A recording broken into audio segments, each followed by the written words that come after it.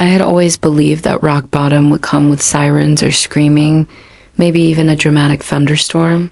But for me, it came in silence. Just a cold November wind slicing through broken window frames in a house I hadn't stepped foot in. Since I was 17, the place was exactly as I remembered, only worse. Faded wallpaper hung like wet paper towels peeling at the corners. The old wooden floors groaned beneath my weight, every step a reminder of how abandoned everything had become, including me. I set my overstuffed duffel bag on a rusted metal chair that nearly gave way and walked over to the dented tin stove in the corner. A few logs had been stacked beside it, probably the last thing my grandfather touched before he passed away 4 years ago. "Thank you, Grandpa," I whispered, crouching down to light a match with trembling fingers. The flame caught a crumpled newspaper and slowly reached the kindling. I exhaled as warmth, faint but real, started to spread. That night, it talked to the dead more than the living, because honestly, I had no one else. Just 2 weeks ago, I was engaged to the man of my dreams, Victor. Langston. Seo, charismatic, powerful, the kind of man who could silence a room just by walking into it. The kind of man who had made me believe I was special. And now here I was pregnant, unemployed, and homeless, curled up beside a fire in my dead grandfather's decaying house in the middle of Flint Hills, Kansas.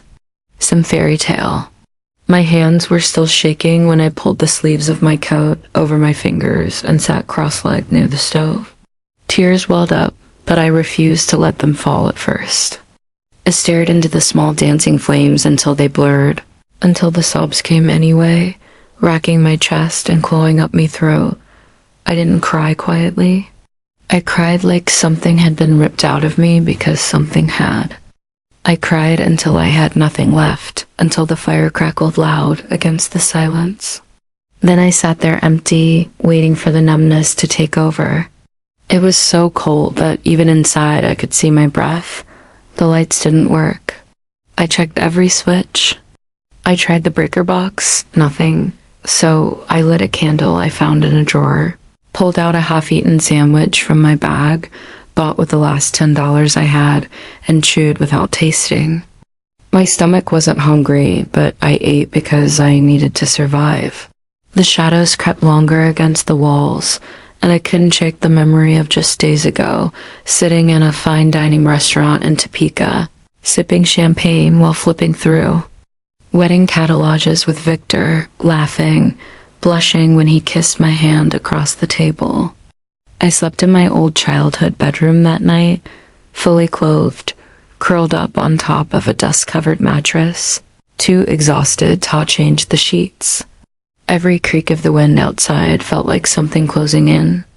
I stared at the cracked ceiling dentil. My eyes finally shut, but sleep didn't bring peace. Only memories, loud, vivid, painfully clear. The first time Victor called me his girl. The moment has lit a diamond ring onto my finger in front of the company's Christmas tree. The day I told him I was pregnant, and for a brief moment saw real joy flash across his face. All of it felt fake now. I used to think people only lost of everything after making huge mistakes, but I hadn't made any. I was loyal, quiet, obedient, maybe too obedient. I'd built my entire life around his. I'd let him shape me into someone he could show off. And when he didn't want me anymore, he erased me like a typo on a screen. My name is Olivia Reed, and this is the story of how I lost everything. But it's also the story of how I found something far more important, myself. I met Victor Langston on a Tuesday morning, the kind that smells like burnt coffee and new beginnings. I'd answered a job posting for an executive assistant position at a high-rise construction firm in downtown Topeka. I wore my one and only blazer, a thrift store gray thing with sleeves a little too long, and clutched my resume like a lifeline. I knew I wasn't qualified, no prior experience, no connections, Just a degree in art history, a student loan statement longer than a CVS receipt, and a desperate need for stability. There were 3 other women in the waiting room, all older, better dressed, and talking about their experience with scheduling software and project budgets. I wanted to run, but I stayed because I didn't have anywhere else to go. When Victor walked in, everything stopped. He wasn't just handsome, he was magnetic, perfectly tailored suit, controlled confidence, not a hair out of place. He looked right, past the other candidates, and stopped at him. "You must be Olivia," he said. His voice was calm, smooth, as if we had met before. I nodded, unable to find my voice. The interview was short. I fumbled through most of it, stammering over questions I hadn't prepared for, but Victor didn't seem to mind. He smiled in a way that made you feel like the sun was rising just for you, and by the next morning, I got the call. "You start tomorrow." I thought I'd imagined it, but no, I was hired. No trial period, no second interview. Just like that, I was Victor Langston's personal assistant. He started small compliments on my neat handwriting, casual chats in the hallway, a warm coffee left on my desk before I arrived. Within weeks, he was getting me rides home, telling me I had an old soul, that I was refreshing comfort to the usual types. I soaked it up like sunlight on a serving flower. No one had ever looked at me like that, like I mattered. I fell hard, not all at once, but in quiet moments after a long meeting when he'd touch my shoulder and say, "Good job," with real warmth. In his eyes, or the day he fixed the strap on my purse and said, "You really should let someone take care of you." One night after the company holiday party, he offered to drive me home. The streets glowed with holiday lights, jazz played softly, and when he asked if I wanted to stop by his place for a drink, I said yes. I don't remember what we talked about, just the way he looked at me before he kissed me, like I was something fragile and beautiful. We slept together that night. In the morning, he kissed my forehead and whispered, "I knew from the moment I saw you, you weren't like the others."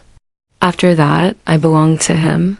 He moved me into a nicer apartment, bought me clothes, jewelry, spa cards, wrapped my life in ribbon and called it love. I told myself it was. He said I deserved better, and I believed him. We went to fundraisers, gallery shows, a weekend trip to the Gulf. He dressed me up, called me his girl, said I should turn heads. I laughed. Didn't see the control behind the trend. I never met his friends. He always drove, always paid. Still, every time he looked at me, I felt chosen. When I got pregnant, I thought it was over, but he smiled. "Guess that makes it easy," he said. We'd visit his parents. "Just don't mention my past," he added. He made it sound like protection, but it was erasure. He proposed weeks later, then a week before the wedding. Everything shattered. I was barefoot in the kitchen, toasting a bagel, when he stormed in, rage pouring off him. "You think I'm stupid?" he said. "You're carrying someone else's kid." I was stunned. "This is your child. You know that." But he didn't believe me. Maybe he never had. He started packing my things, tearing my life apart piece by piece. I begged. I cried. He didn't care. He called me a liar, a gold digger, said it was over, told me to take what I could fit in one bag. The rest stayed. I left with jeans, a hoodie, underwear, prenatal vitamins. I left behind the dress for our engagement photos, the heels he said made me powerful, the nightgown from Santa Barbara. As I zipped my bag, he tossed my employee badge on the table. Everything else was gone. "You're terminated effective today." I'd advise against filing a complaint. You're firing me too. In this company, he said coolly, I can do whatever I want, and if you raise a fuss, I'll make sure every recruiter in the state knows what you really are. When I didn't move fast enough, he made a call. 2 men showed up minutes later, broad-shouldered, expressionless, and clearly hired for intimidation. "You'll escort her out," Victor instructed, barely looking at me. "She's no longer welcome on this property." The guard stood there waiting. I held onto my bag like it was my last piece of dignity. As I stepped toward the door, Victor held out his hand. "Ring." I stared at him. He wiggled his fingers. Now I slid the engagement ring off my swollen finger. It caught for a moment as if reluctant to leave. I dropped it in his palm without a word. He didn't even look at it. The guards led me out. Down the hallway past the marble foyer I once thought was mine too. One opened the door of a black SUV waiting outside. He said to drop you off wherever you want. I didn't say a word.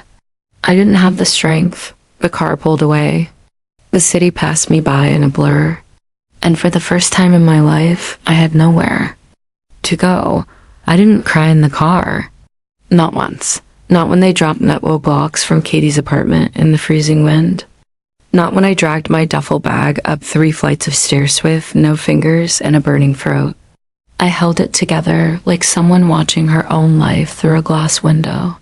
Disconnected, already halfway gone. Katie was the only person I could think of. We hadn't talked in months, maybe longer, but she was still saved in my phone under Ride or Die. She opened Theodore in flannel pajamas, holding a mug of wine and blinking like she wasn't sure if she was dreaming.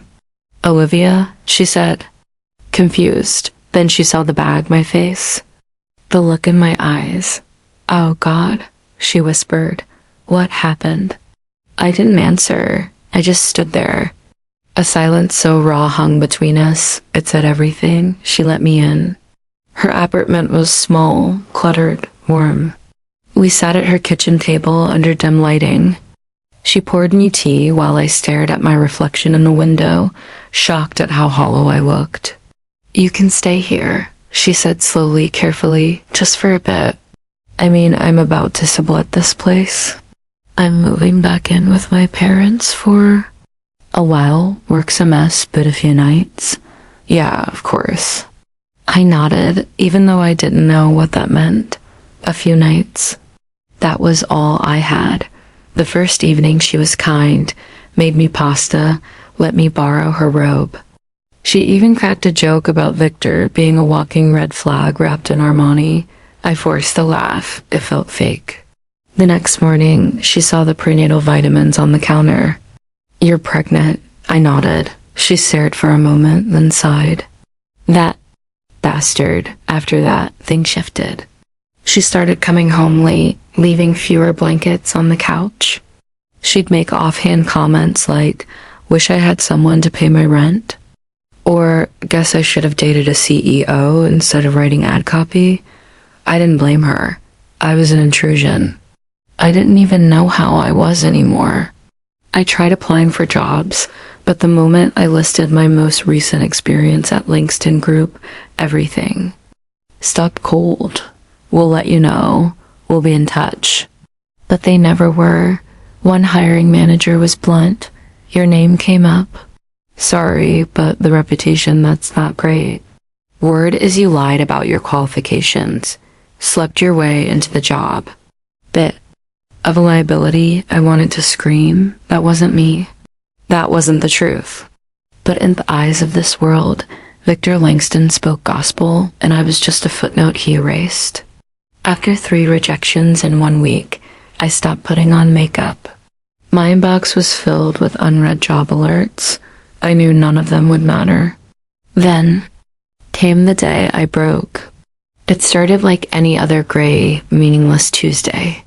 I took a city bus across town, trying to conserve what little I had left on my prepaid phone. I'd heard they still had some of my belongings at the office. Things from my desk, notebooks, a pair of flats, my grandmother's mug. I didn't want anything from that place. But I needed to take back the pieces of myself they hadn't thrown out. Yet, the building was sleek as ever. Marble floors, glass doors, that quiet hum of power. I nearly turned around, but something inside me, something angry, kept going. At reception, there was a new assistant, blonde, manicured, younger. "Hi, I'm looking for her." You're Olivia, right? She interrupted. Mr. Langston isn't in.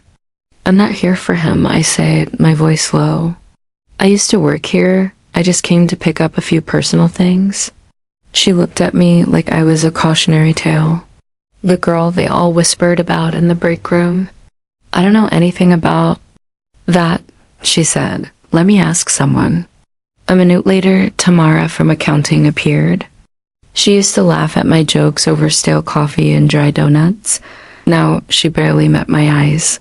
Hey, she said, forcing a smile. I saved your stuff. Here.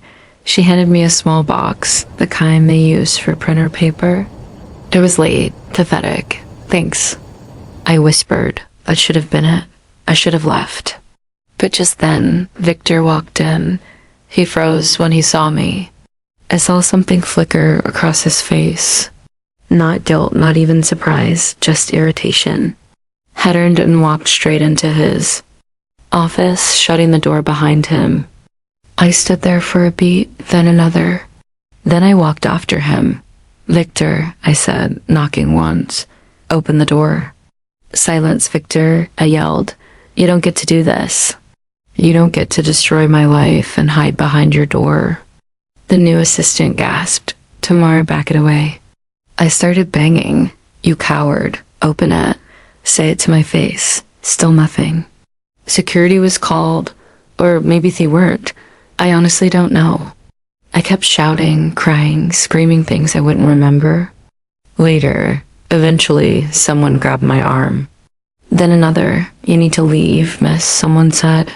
But I didn't stop until they dragged me out, kicking, sobbing, clutching that stupid cardboard box like it held the list of my dignity. Outside, the wind hit hard. My hair stuck to my cheeks. Minis scraped the sidewalk when I stumbled. I sat there for a minute, shaking, and then I stood up because what else was I supposed to do? When Katie finally asked me to leave, she didn't say it with cruelty, just quiet exhaustion. She stood by the doorway, arms crossed, eyes somewhere over my shoulder. Liv, I can't do this anymore. I'm sorry. That was all. No explanations, no fight. I just nodded and zipped up my bag. I didn't ask where she wanted me to go. She didn't offer any ideas. The door clicked behind me like a sentence being finished. I spent one night at a 24-hour diner, nursing black coffee and pretending to scroll through my phone so the waitress wouldn't ask questions. Another night curled in the back of a bus terminal. My coat wrapped around my belly, praying the security guard wouldn't notice I hadn't bought a ticket. That morning, I opened the weather app and saw the forecast. Snow, heavy wind, power outages possible, and that's when something cracked. I remembered the little house my grandfather used to take me to when I was a girl. Before the cancer, before the silence that swallowed our family whole. A one-story cottage just off a gravel road in the Flint Hills. No Wi-Fi. No working plumbing, probably, but it had 4 walls and no one to kick me out. I took a long bus west. My entire world was stuffed into 2 trash bags and a duffel balanced between my legs like a dam about to break. The driver didn't ask questions. Neither did the other passengers. Everyone looked away. It's funny how invisible a pregnant woman becomes when she has no ring and no return address. The last stop was a gas station, no taxis, no signal. I walk it the rest of the way in boots with splitting saws and socks that felt like paper. By the time I reached the house, the sun was setting behind, clouds the color of wet cement. It looked worse than I remembered. The paint peeled off like skin. Shutters hung crooked. Their roof had collapsed on one corner. I stood in front of it and almost laughed. This was it, my sanctuary. The key was still in the old flower pot by Fedbirch. I stepped inside and nearly gagged. Mold, dust, cold. But beneath all that, it smelled. Like memory, like linoleum floors and burnt soup, like the only person who ever made me feel like I belonged. I spent the first 2 hours cleaning with paper towels in desperation. I lit 3 candles, 2 blew out. The third flickered like it was considering giving up too.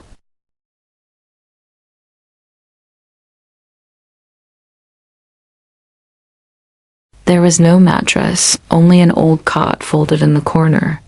I laid my coat on top of it and curled sideways, hands on my stomach. I don't have anything to give you yet, I whispered to the life inside me, but I swear I'll figure it out. That night, the wind howled through cracks in the wood. I heard mice in the walls, rain tapping like fingers on the roof, and I slept harder than I had in weeks. The next morning, I made a plan. I scavenged what was still usable. An old kettle, a rusted camping stove, some canned food that hadn't expired.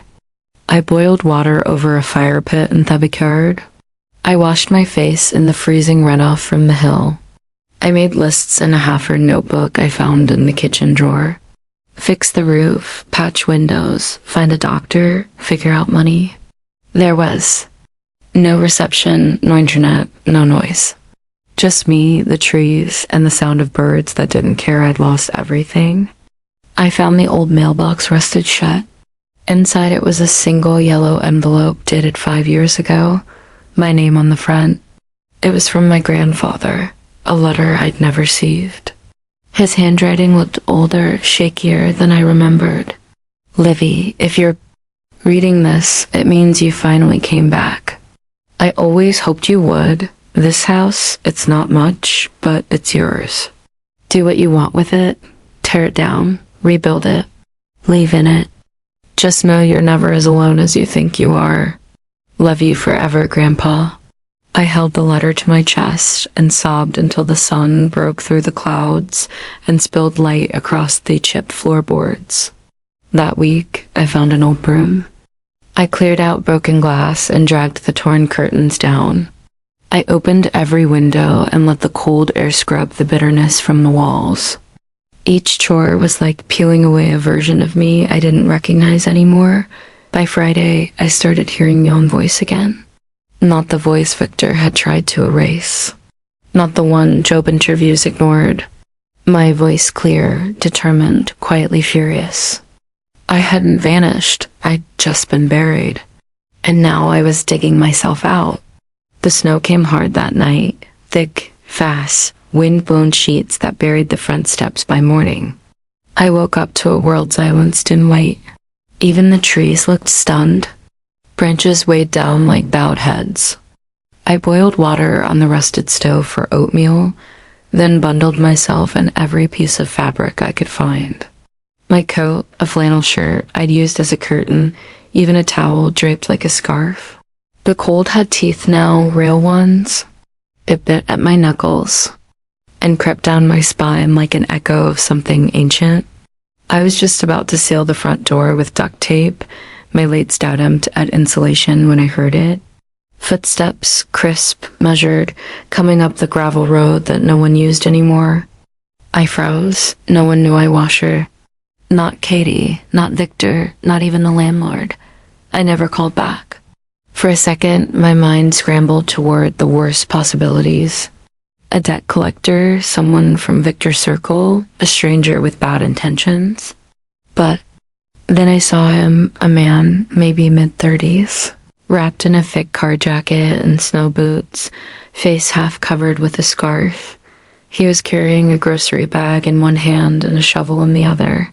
He stopped at the edge of the porch, clearly surprised to see the front door cracked open and someone inside. "You must be Olivia," he said, voice calm, respectful. "I'm sorry if this is out of line. I live about a 4 mile that way." He gestured vaguely toward the hills behind him. "Name's Daniel Walker. My dad used to keep an eye on this place before he passed. When I saw smoke from the chimney this week, well, figured someone was home again. I didn't speak."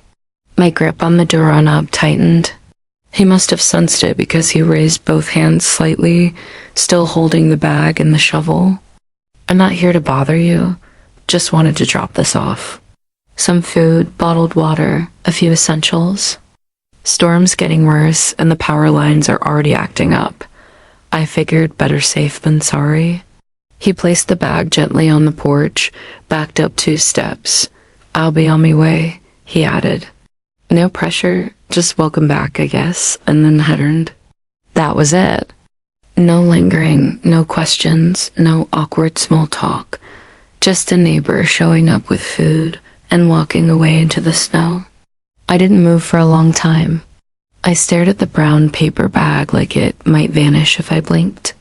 Eventually, I stepped out, grabbed it, and brought it inside. Inside were things that felt almost like a gift from the universe. A small carton of milk, instant coffee, batteries, 2 cans of soup, a loaf of bread, and prenatal vitamins. That last item made my knees buckle. I sank to the floor, the bag between my legs, hands shaking. I hadn't told a soul out here I was pregnant, but somehow someone had seen it, a complete stranger. And instead of pity or judgment, he offered kindness. He wasn't used to kindness anymore. I sipped the warm soup that night with both hands wrapped around the mug like it was holy. I watched the snow pile higher against the windows and imagined this Daniel Walker out there somewhere, maybe chopping firewood, maybe listening to the same wind tear at his windows. Hadn't asked me anything, and that was the most comforting part. 3 days later, he came back, this time with a toolbox and a bucket of nails.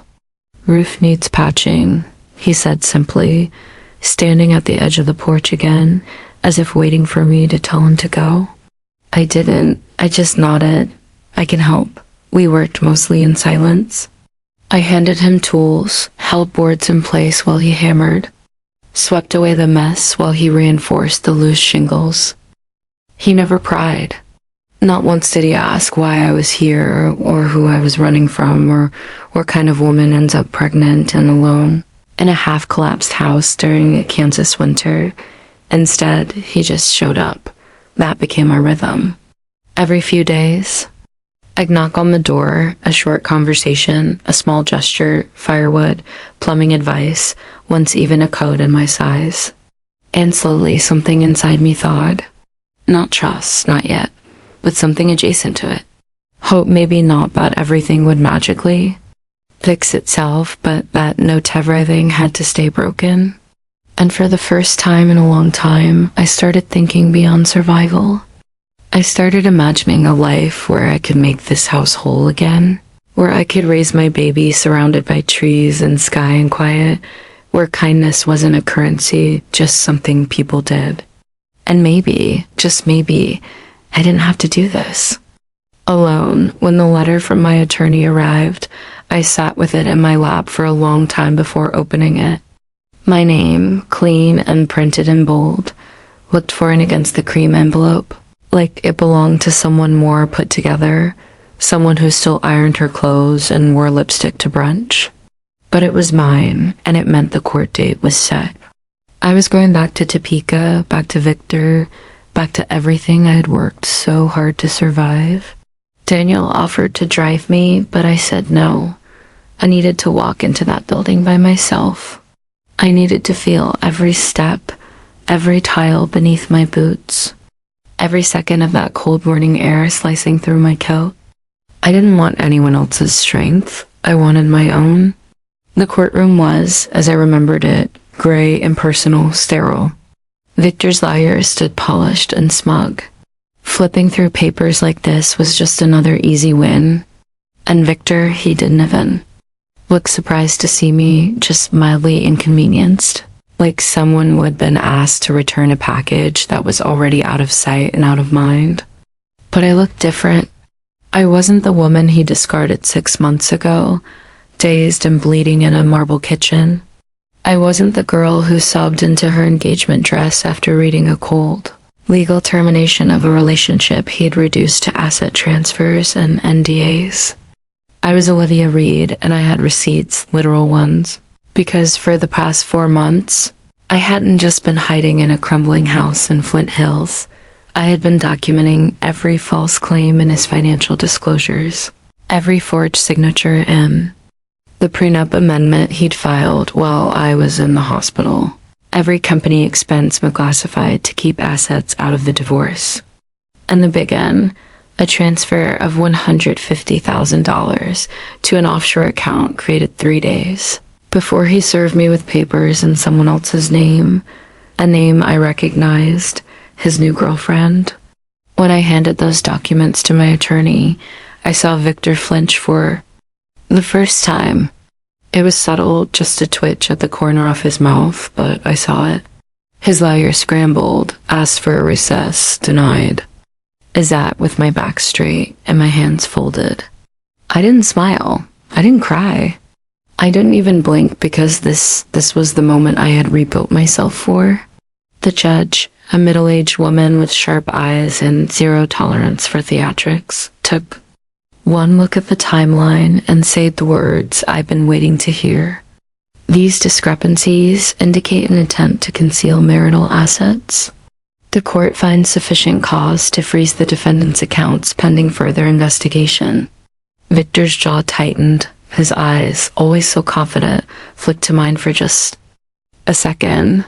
I held his gaze, not with hatred, with finality. We didn't speak after the hearing. He stormed past me in the hallway, phone already to his ear, barking orders I no longer cared to decode, but I didn't move. I stood there in the cold marble corridor, breathing steady, my palms open.